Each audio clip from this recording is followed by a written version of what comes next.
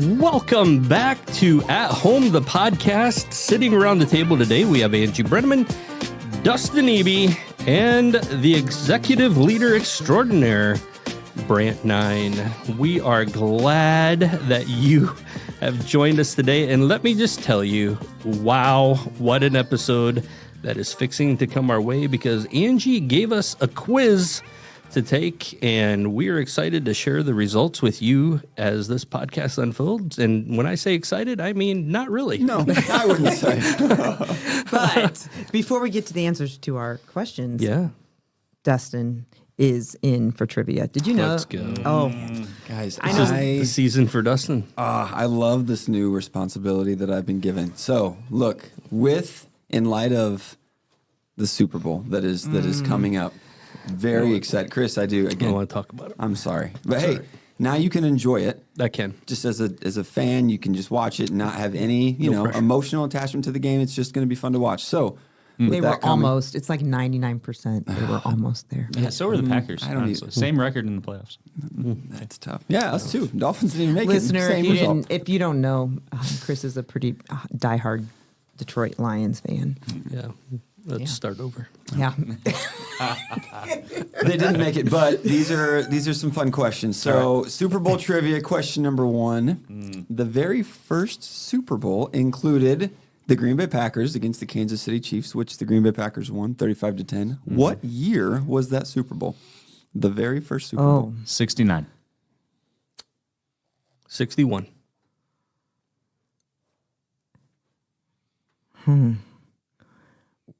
Are we going? I like that you're really sitting here like you. Like, let's see, which one could Super I'm Bowl. going to say 73.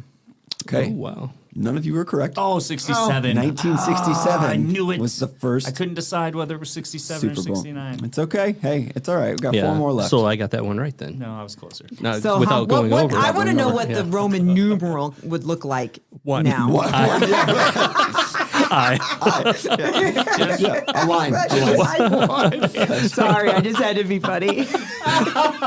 That's amazing. That's it. Yeah. All right. Thanks for joining us today. We are out. Number 2. Which 2 cities have hosted the most Super Bowls? I'm going for Oh, yeah. Detroit and Dallas.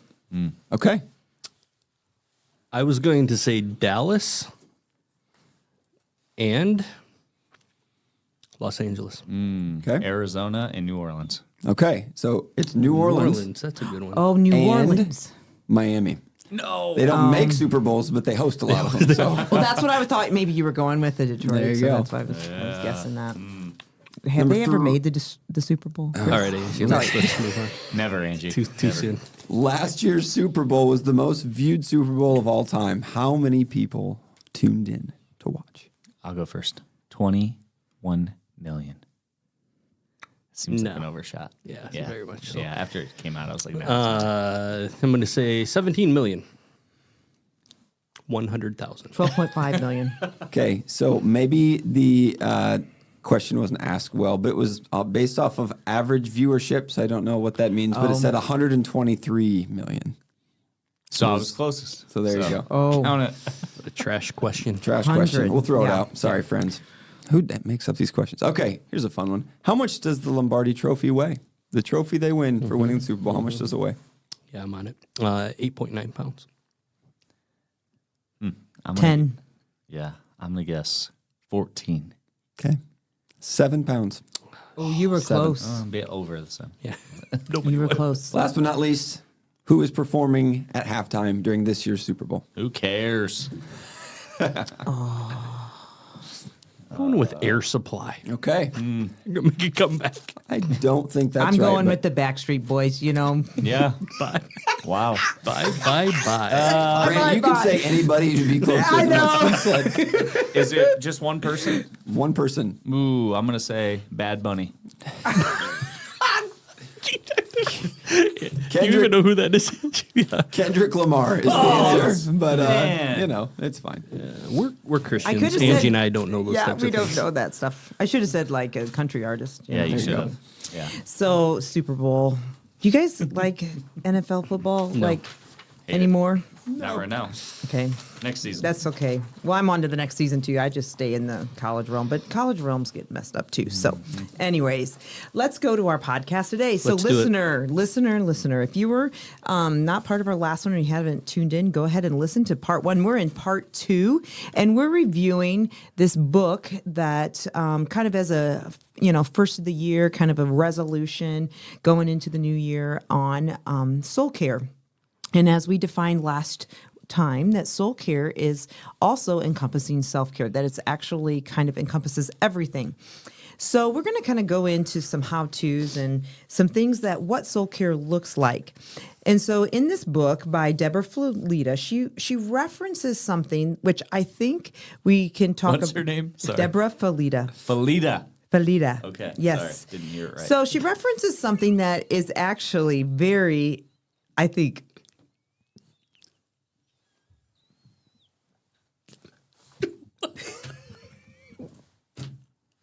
okay.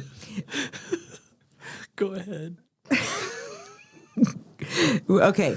So there is a acronym. Okay, this is where we learn how to edit, so we can pause and edit. There are no. You can't pause. We can't. We can edit. Yeah, Chris. You gotta. I don't know how to edit this one, so we're going forward, guys. Hey, we often say this is like sitting in the coffee shop. If it messes it up, we're just going forward. Okay. All I right. told you, don't bring me in the podcast room today. You still did it. All right, Angie, bring us back. Okay, so there's an acronym out there. This acronym is used by groups all across the country that deal with addiction. And so when I read this, it really helped bring to light why the importance of soul care and self-care goes together. It's this acronym of HALT. So I asked, Chris, I asked you, do you know what HALT means? And what did you say? I said stop. Yeah, like stop. Right. It kind of goes with that. It does mean stop in its actual sense, but in the acronym, the way it's set up is it means hungry, angry, lonely, and tired. This is used by addiction groups because when you think about those 4 things, they highlight when people are most likely to make bad decisions. It's so true. Yeah. Yeah, actually, that's an incredible acronym. If you think about temptation, when you usually sit around and talk to somebody who's had moral failures or other things, you say, "Hey, talk to me about where were you at mentally? Where are things going on?" I was hungry. I'm not hungry. It's probably a bad one, but I was tired. Yeah.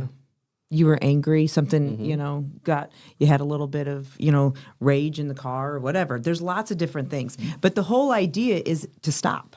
Yeah. To stop so that you don't lead yourself into a bad decision or a moral failure or something that would, rabbit trail you off your goal and where you're going and where your recovery is. I think it ties to our faith in so many ways and our this whole idea of soul care and self-care. So with giving that, as Chris mentioned, I gave these guys a little bit of a quiz. The reason being is this is not a new topic on this podcast. So if you are a listener and you like to go back and kind of search up podcasts to listen to, I highly recommend. It's a little longer time frame than what we run now in the podcast. But our first initial episode, we went on this journey of health and wellness and self-care tied with soul care.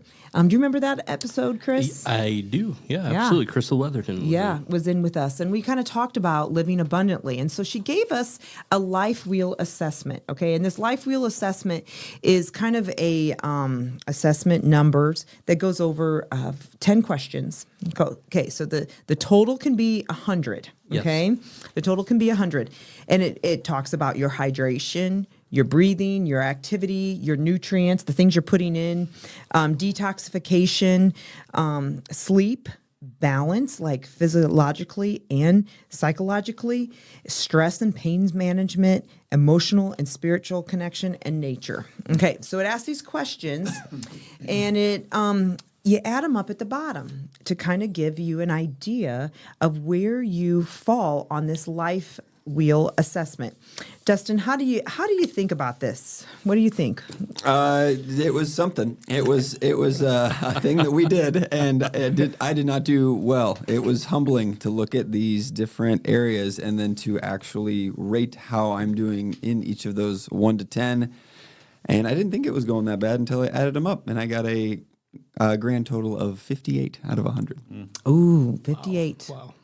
Did you feel that you scored high in a specific area? Not necessarily. Well, the only one that I put a 9 was breathing, because I felt like if I wasn't doing that well, then I don't know if I Yes. Wouldn't yes. be here. right, Yeah. wouldn't be here. So that and activity, I put 8. I feel like I try to stay somewhat active. So other than that, it kind of hovered around 5. Okay. Okay. How about you, Brant? Oh man, yeah. So I did well in hydration. I started a new diet, which requires me to drink a lot of water. So I feel very hydrated today, actually. Got a 63 out of 100 total. So hydration and then stress and pain management were probably my 2 higher ones. Oh, and detoxification, because I'm currently going through this transformation of eating and seeing how that helps my body. Good. Good. Losers. Actually, I am the epitome of health and the life wheel assessment. I had an 84. Wow. guys. You know what that sounds like, Dustin? A lack of self-awareness. Yeah, you know what? Good thing this is ambiguous. So, yeah, actually, because of the like you said, the shifts that you're trying to make, the last 3 weeks, I've been really trying to be intentional. So, hydration, sleep, all those types of things, I have been killing it lately, and I feel a whole lot better than I did. But yeah, so I was knocking out 10s left and right on this thing. Let's go. Yeah. Yeah, so follow me. Okay. Good. Yeah. Sounds good. So good job, guys. How did you do? Yeah. I Angie, let's did. bring it I back. got okay. Yeah. So I went through. I would have been a little higher, probably over 84 if on hydration. If coffee counted, I just did not is count water. my. It's yeah, water. I know. I didn't count my coffee. I kind of put myself. You're at 84? I'm at 80, but I would have been higher at. What are we doing, Dustin? Well, we needed people on the show Not to use as sleeping. examples. So thank you Right. for being here. Yeah, but would Imagine you guys being unhealthy like, I don't know, Dustin. I don't even pass life right now. I'm literally failing life. This is the only life assessment. Yeah, yeah. Well, that's interesting because I think that as you grow older, you have to start looking at these things because you know what my lowest number was? Stress and pain management because I'm getting old. Was yours the same? Yes. Like I feel like I have more pain, you know. And I got probably the least amount of pain out of all you right now, but I'm also the youngest. So, yeah. and I'm not, so yeah, not ashamed it's, of that. It'll catch up. It will. And so I think that's probably where I kind of lack because I sometimes don't always manage it very well. I kind of work through it and I should just stop and like rest, you know. So anyways, this gives us a good, I guess, an idea of like, why do we even need to consider these things, right? So in the book, and I want to kind of talk about how Jesus exemplifies this, and there's in the book, and you can find the blog attached to the podcast, so you can kind of look through it, read it, and see what we're talking about. But I'm going to read through the how-tos that she mentions in the book. There's 6 of them, kind of tied to what we just talked about. A little different on maybe a few of these, but then we're going to kind of talk what's the best that we've kind of like mastered in our lives, and then maybe something that we're really trying to work through, and maybe some things that we've implemented so that we can change. So number 1, simple daily awareness of how we nourish our body through nutrition, hydration, and movement. Jesus brought this out in many different times through the scriptures. Do you remember, Chris, like how many times does Jesus, there's actually a lot of mentioning of eating in the scriptures, in the Gospels. Would you agree? I am for it. Yes. Because one of his first miracles was at a banquet. Sure. Absolutely. Yeah. But so food is often relational too, and Jesus was very relational. Right. And so being aware of how we eat, what we drink, and also just moving. Do you believe, Brant, that movement, walking, you're in this health kick. You told me the other week, you said, I was only getting these many steps in a day. Yeah, And the awareness of your step count made you aware of how much movement does count. Yeah. Yeah. I remember a college professor saying along the lines of, if you don't use it, you lose it. And he was a phys ed teacher. And and I'm only getting 3,000 steps a day. And I'm like, oh, my word. Like, there's no wonder when I try to play a pickup basketball game or something like that, my Achilles end up, tightening up, or, I'm pulling something. It's because I'm not moving enough and I'm kind of losing that ability. And so, yeah, that kind of was a wake-up call that I need to get out and active again. Mm-hmm. So does anybody keep count of their steps a day? Anybody here? I do not. You don't? No. Okay. So I keep count on my steps on purpose. And I only say this is that sometimes awareness brings us actual desire to do better in this. And that we're a very sedentary culture, if you think about it, because before you had to move to go get your water. You had to move to go see your neighbor. You had to move to do all these things, food, all this, and now we don't have to do anything. Mm-hmm. And so movement, I think, is really important. So the next one, and we're going to come back, we are aware of caring for ourselves begins with intentional rhythms of rest and sustainable pace. Those are two things that I think we can often put to the side. Rest and sustainable pace. What do you think about that, Dustin? Yeah, one of the ones that I scored very low on was rest. A lot of times, get through the day, and then some of our time, like Sharice and I's time, just to even talk or catch up is after the kids are down, and if they don't go down until later, then we're kind of stuck there. And so I'm not great at setting up those boundaries as far as just making sure that I'm getting the rest. And then usually after 3 or 4 days or even a week of not enough sleep, it definitely catches up, and I just feel like then it all it happens at once. And then I just sleep overload, and so I just hit a point of exhaustion that I just can't. My body is literally screaming it can't keep going at this pace. So trying to do better at setting up some boundaries and to put myself, I was going to sound weird. I was going to say put myself asleep faster, but to go to sleep just at a better time, I think. I agree with you that sleep is a key. So before we move into some of the other points, I want to kind of talk about these rhythms, these ideas that kind of we went over even in our life assessment wheel. Why are these things something that we don't think ties to our spiritual health?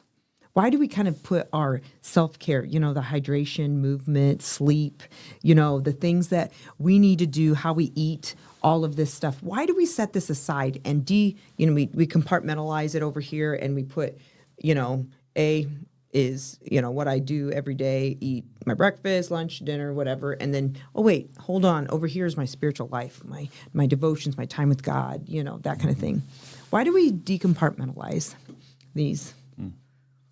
Yeah, well, I don't know that we decompartmentalize. I think we definitely compartmentalize. I think you answered it right there. Why do we do it? I don't know. That's a great question. Mm-hmm. I think we live in a culture that says survive in advance. And so a lot of times the way that I feel like I can mentally, this is me personally, I feel like I can mentally survive is by consuming something, whether that's food or entertainment or, whatever it may be. And so in that consumption, I'm not worried so much about my self-care or my soul care. I'm looking to consume things that, Chris, you kind of talked about this from the stage at one point, I think this week or the week before, about numbing your mind. And you are filling yourself. You are consuming still.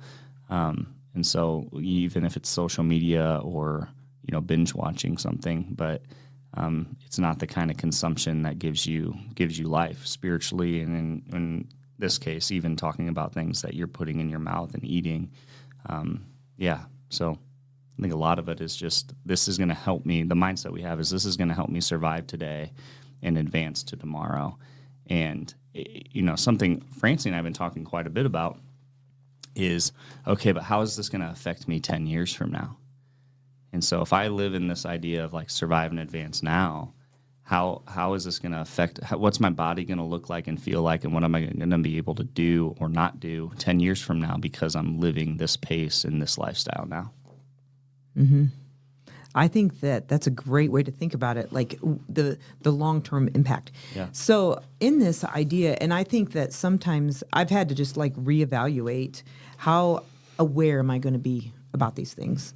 How aware? Like how much investment am I going to make on these things to make me better tomorrow? Because it sometimes doesn't show up today. Like, I mean, you train for a marathon, right, Dustin? Half. Half Yeah. marathon. Let's Okay. not get crazy. That's not gonna Remember, He didn't finish it. he's in the 50s. Remember, let's not get crazy. So, but what I'm saying is that you couldn't run a certain distance the first day that you had to run the last day. Right. It took a lot of time and a lot of training, Yes, right? It did very much. Yeah. But I guess you had to look on the long game. So how does that tie to this in living out, looking like what Brant said, doing the things today that make us actually sustainable for a future? I, in some ways, it's like looking at the sheet and not feeling defeated because, like, again, you start training for something that you know is going to take a lot of time, effort, and energy, and you go out the first week, 2 weeks, month, and you're not defeated by the fact that you can't do the whole thing at that time. You just know that like it's part of the process. So like if you go out with a plan and you're like, okay, today I'm going to do this much of it, and that's the goal for today, and then you put a string of those together for months at a time, then all of a sudden you've been able to, you know, go out and do what you had set out to do from the beginning. But you don't feel defeated when you can't accomplish the goal after, you know, a week. You just keep those smaller goals in front of you to see you do those before. Okay, I have a question for you all.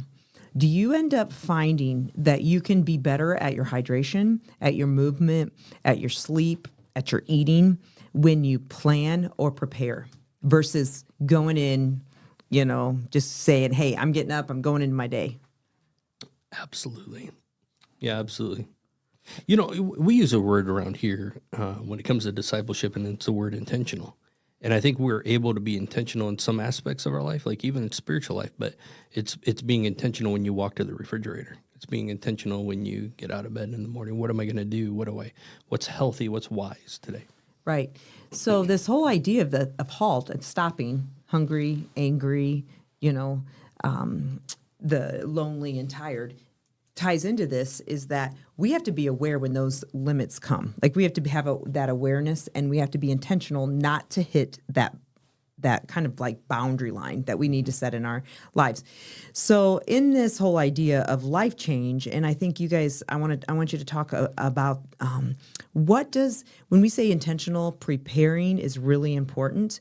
And this is the different steps of change that are mentioned.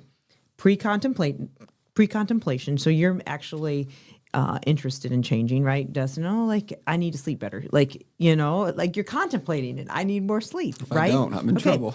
Okay. So you're considering that. Then you contemplate it. You're wanting to do it. So you start to maybe think about how to do it. Preparation is you map out the plan, saying, okay, I'm going to shut my phone off at 10 p.m. I'm going to shut off messages at 9 p.m. I'm going to spend time with my kids, or whatever you're going to do to get ready to say, hey, I'm going to put sleep as part of it. And then you see it, you take action, and you make intentional choices, just like you're saying, which it ties it. And so then there's a next step that we forget. It's the maintenance.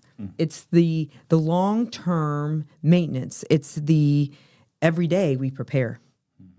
Every day we're consistent so that we maintenance ourselves to the point where change actually begins to take place. Talk to me about how that happens and looks like in a spiritual health assessment too. Like not just a life assessment, but spiritual health.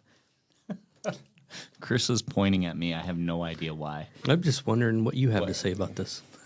Drop some wisdom on us. Oh, man. Well, I was thinking as you were explaining all that, Angie, I'll just start it, and then somebody much wiser can finish this thought, Chris or Dustin. But the preparation side of things, that's like, I feel like I thrive in that regard. And if I can create a plan and sustain it for 2 or 3 days, now I'm motivated. So after the preparation allows you to step into something and actually be motivated to do it, right?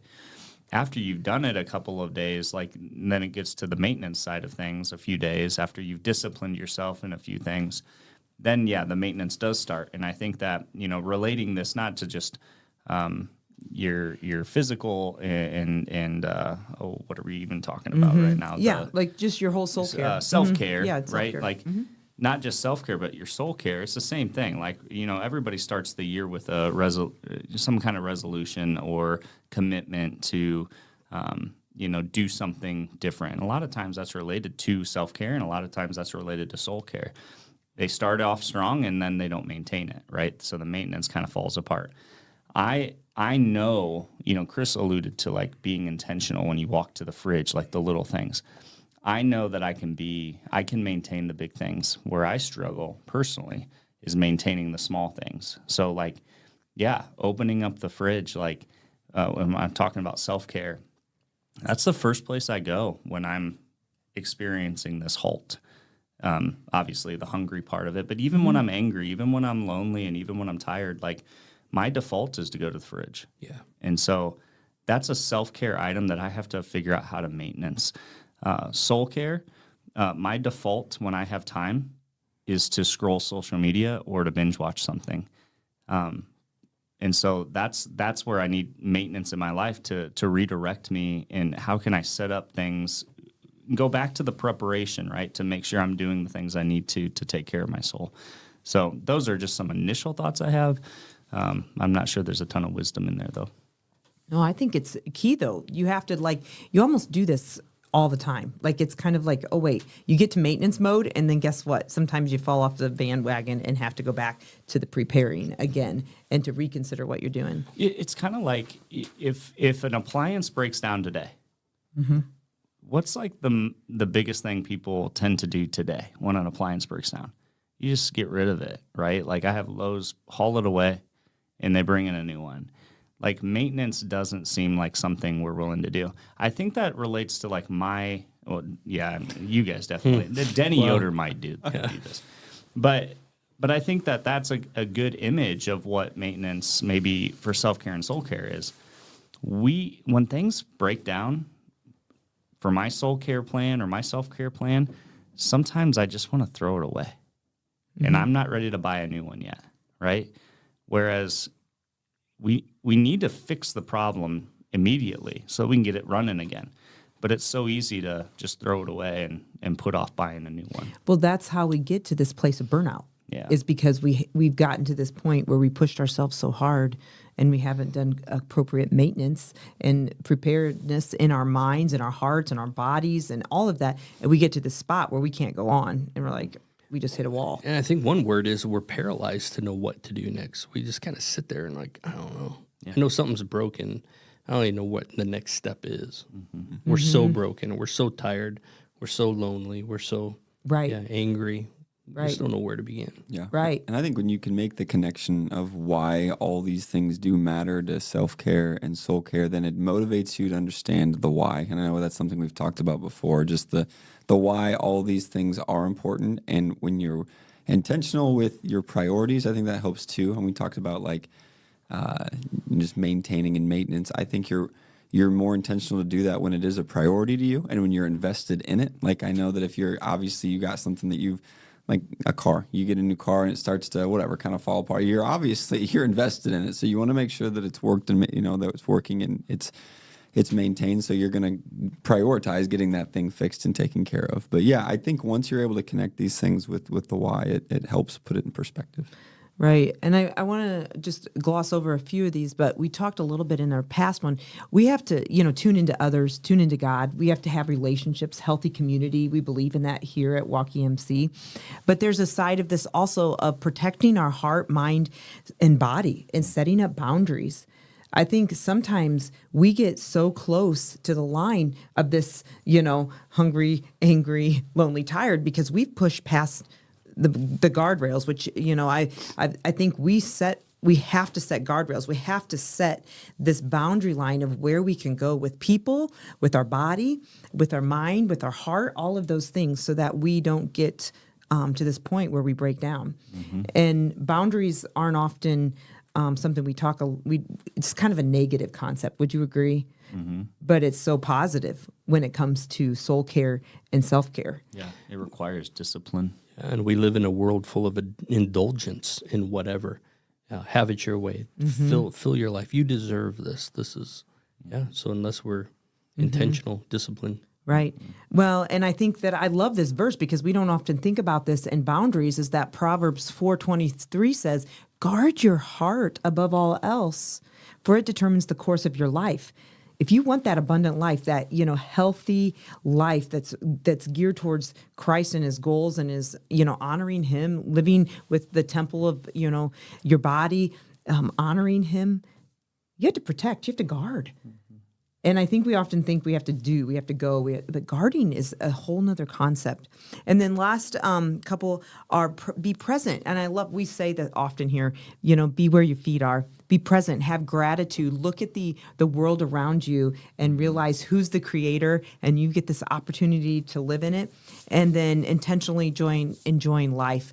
So talk to me a little bit about how this concept, guys, actually builds on that self-care, like why we do the things we do so we can be healthy, so we can invest in others, so we can build good boundaries. Yeah. I can start us. I think the why for me, especially self-care, is, both of my parents passed away before they were 70. And so, a lot of issues that they had, health-related issues, were based off of things that they chose to either put in their body, consume, and things that they neglected to do to help them just be better positioned for a long, sustainable life. And so, that's something that I think about when, especially with having 3 boys and a wife. Like, I want to make sure I set myself up to be sustainable and be here and provide for them for many years. And then soul care, that one's a simple one for me. It's, what are you practicing today? John Mark Comer talks about Sabbath being an opportunity to practice being in heaven. And I love that concept of when we stop and we rest and we worship, that's a piece of heaven that God allows for us and wants for us to have here on earth. And so just being able to find rest even before he comes back and allows heaven and earth to overlap again. I feel like we have opportunities to practice being fully in his presence and to experience heaven on earth even now. And I just, if we have those opportunities and allow him to really work in us in that way and commune with him now, I feel like it's preparing our soul for eternity. So. I have come that they may have life and have it to the full. That challenges me because I think we are selling ourselves short for what a full life looks like. And we're shortchanging, and we can do better. Need to do better. Right. I want to be used up when I'm standing at the gate and then looking back. If you ever get a chance to look back on your life, I want to not do it with regret. And that means not just spiritually, that means physiologically, that means psychologically, spiritually. Because when we were in this discussion last week, living at that idea that we have the opportunity to give, we have the opportunity to meet needs when we don't push ourselves too hard, too fast, where we're not to this point where we have nothing else to do and give to others. My last comment here is sometimes we need to tune into ourselves as we close out. And I think the year of 2025 for me, I'm going to be very honest, is I need to take assessment on a daily, on a weekly, on a monthly, because I think tuning into ourselves, the self-awareness, have I pushed my boundaries too far? Have I tried to do something that didn't give me the margin to meet a need of somebody else? I was too stressed about it, finishing a project or, meeting somebody else's, to-do list and not giving my time to what God's called me to. And that is the idea that I want to live with obedience to my calling of who God's called me to be and not obligations. And I think that's how you tune in. Like, what are obligations in my life, and what is God calling me to obedience? And when we start to think about that, I don't know if you guys have any thoughts on that, how those two words play out and tuning into who God's called you to be, but also, who you want to be for others. Yeah, could versus should. I think there's a lot, in my life that I could do, and a lot of different opportunities that we could have. But it's should we pursue those? Should we do those? Just because we can doesn't mean we always should. And I think it's learning to say yes to certain things and say no to certain things to protect ourselves, protect our families, and protect really our own health. Yep, and being aware. Well, I'm excited. Go ahead. I was going to say, I think so many times in ministry, even in the spiritual world, the world we live in around this table is we get so busy doing and we stop being.